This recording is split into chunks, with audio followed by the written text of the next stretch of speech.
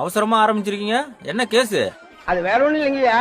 தமிழ்நாடு அரசியல் நல்லா இருந்துச்சு, கரியரின் உச்சத்தை விட்டுட்டு வர்றேன்னு வந்தான், அதுக்குள்ள 50 பேரை கொண்டுட்டான். என்ன பிரச்சனை? இந்த இருக்கே தற்குறி, அவனோட தலைவன் தான் கரூர் கூட்டத்துக்கு லேட்டா போய் 41 பேர் எல்லாம் கொண்டு போட்டான். ஏற்கனவே அவனை நாச்சிஸ்னு வேற சொல்றாங்க, இப்ப கொலை கேஸ் வேறயா?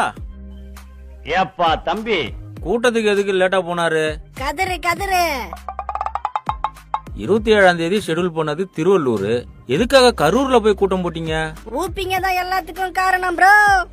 3 மணிக்கு பர்மிஷன் வாங்கிட்டு ஏன் 12 மணிக்கே விஜய் வருவார்னு சொன்னீங்க?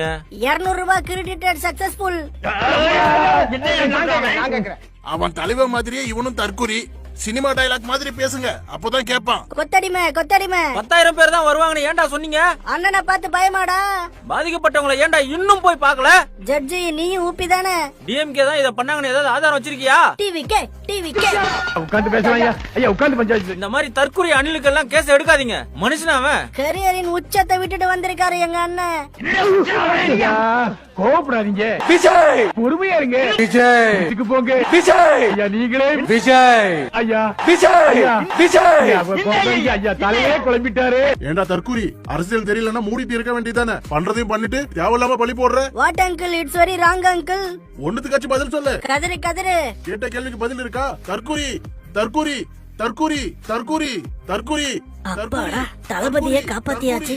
ஏன்பா, நானும் விஜய் ரசிகன் தான். அடுத்த கூட்டத்துக்கு போவோமா? அப்போ அங்கேயும் அண்ணன் லேட்டா தான் வருவாரு, பரவாயில்லையா?